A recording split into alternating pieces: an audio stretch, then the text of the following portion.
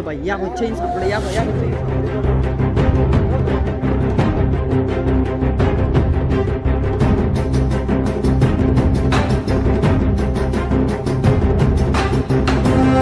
रावरी येथे कार्यरत असलेल्या पोलीस कॉन्स्टेबल विकास वैराळ यांच्यावर 10 ते 15 जणांच्या जमावाने बेदम मारहाण केल्याची धक्कादायक घटना समोर आली आहे।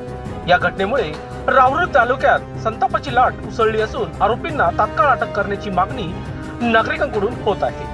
मिळालेल्या माहितीनुसार काही दिवसांपूर्वी विकास वैराळ हे नगरकडून रावरीकडे येत असताना रस्त्यावर एका कंटेनर चालकाला काही व्यक्ती मारहाण कसल्याचे त्यांच्या निदर्शनास आले।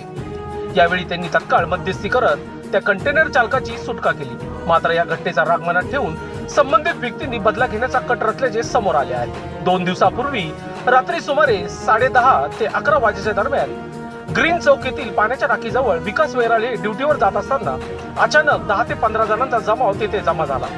या जमावाने लाकडी दांडके, लोखंडी रॉड व तसेच लाथाबुक्क्यांनी त्यांच्यावर हल्ला चढवला। अचानक झालेल्या हल्ल्यात कॉन्स्टेबल वैराळ यांना मारहाण करण्यात आली। या घटनेनंतर विकास वैराळ यांनी रावरी पोलीस ठाण्यात संबंधितांविरोधात तक्रार दाखल केली आहे।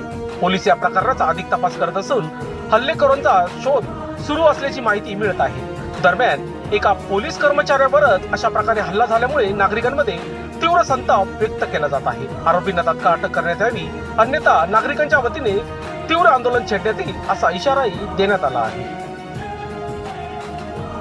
लोकशास्त्र न्यूजसाठी रावरी प्रतिनिधी चंद्रकांत जगदने।